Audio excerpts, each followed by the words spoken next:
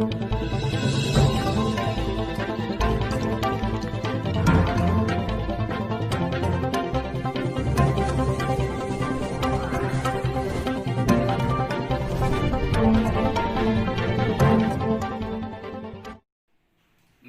दोस्तों, संभव दूत में आपका स्वागत है।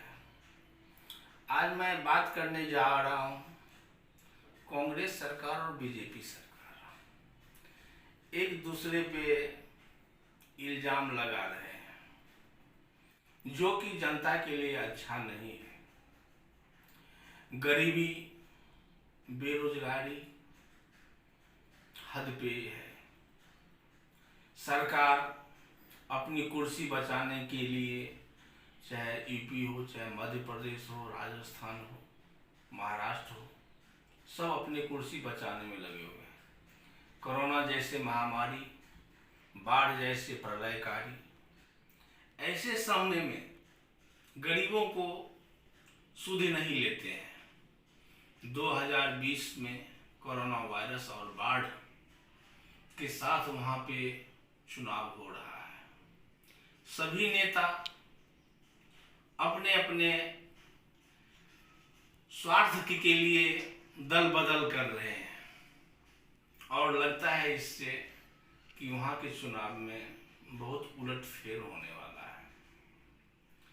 जहाँ पे जनता जेडीयू सरकार से, बीजेपी सरकार से त्रस्त लगते हैं, कारण कोरोना वायरस में और बाढ़ में उन्हें कुछ मदद नहीं मिला।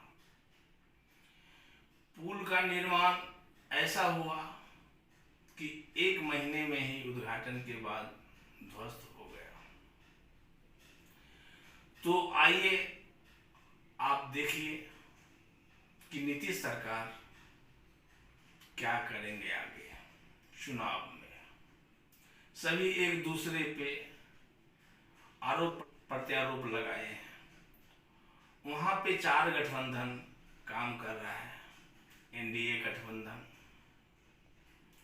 लोकतांत्रिक गठबंधन, महागठबंधन और चिराग पासवान जी की लोक जनशक्ति पार्टी। और वहाँ पे एक नारी पुष्पम प्रिया ने भी अपना कार्ड खेला है। तो देखिए क्या होता है। और कांग्रेस सरकार ने क्या किया और बीजेपी सरकार ने क्या किया, ये आप देखिए हमारी एक रिपोर्ट। एक बात नहीं समझ पा रहा हूँ कि पहले की सरकार के समय 1962, 1965, 1972 की भीषण लड़ाइयाँ हुई। देश पोलियो, प्लेग, हैजा, टीबी जैसी भयंकर महामारी की चपेट में आया, लेकिन सभी का मुफ्त में इलाज हुआ। मुफ्त में पूरे देश का टीकाकरण हुआ। लोगों ने उन सरकारों पर खरबों के घोटाले के आरोप लगाए। कहा गया कि काला धन विदेशों में भेजा गया। कथित भ्रष्टाचार की खूब चर्चा रही। बावजूद इसके देश में बहुत सारे सरकारी कारखाने व कंपनियां खड़ी हुई। सरकारी अस्पताल, सरकारी कॉलेज, सरकारी स्कूल बने। सरकारी नौकरियों में कोई कमी नहीं रही। लोगों को नौकरियां दी गई। जो व्यक्ति इंटर मैट्रिक पास कर जाता था उसे घर से बुलाकर नौकरियां दी गईं।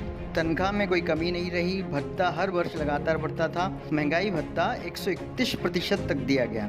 सबसे अधिक वेतन वृद्धि 6ठे वेतनमान में मिली। सरकारी कर्मचारियों को पेंशन दिया जाता था। देश की जीडीपी 10% से ऊपर थी। आखिर तमाम घोटाले और भ्रष्टाचार से घिरी सरकारें यह सब कैसे कर लेती थी, जो दिव्य महापुरुष की सरकार नहीं कर पा रही है? जबकि वे विदेशों से काला धन वापस ले आए। नोटबंदी से भी देश का काला धन वापस आ गया। जीएसटी से सरकारी खजाना भर गया।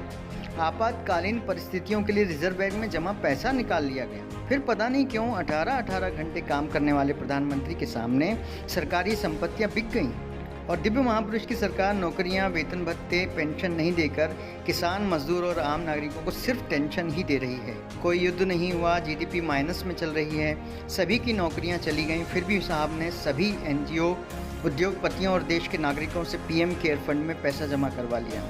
उस पैसे से क्या कार्य हुआ, किसी को नहीं पता। देश में बड़ी अजीब स्थिति बनी है। अगर कोई सवाल कर रहा है तो उसको पाकिस्तानी या देशद्रोही बोला जा रहा है। मेरे ख्याल से उन युवाओं को तो अब कम से कम अब जाग जाना चाहिए जो पढ़े लिखे होने का दम्भ भरते हैं। आगे देखिए बिहार चुनाव में जनता की मूड क्या है। जनता किसको अपना सुल्तान बनाना चाहता है और मुख्यमंत्री बनाना चाहता है। आज के लिए बस इतना ही। हमारे चैनल को देखते रहिए, सब्सक्राइब कीजिए, लाइक कीजिए।